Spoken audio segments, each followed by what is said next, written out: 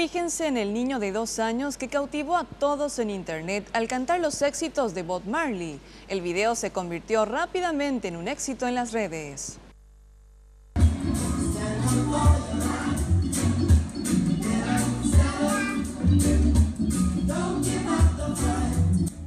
Con sus rastas al más puro estilo de Bob Marley, este niño de 2 años llamado Miles Kingston demostró sus habilidades frente a un micrófono de juguete.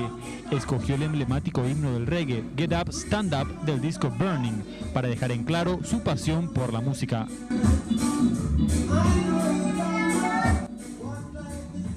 Este video rápidamente se viralizó en las redes sociales y fue visto más de 136.000 veces.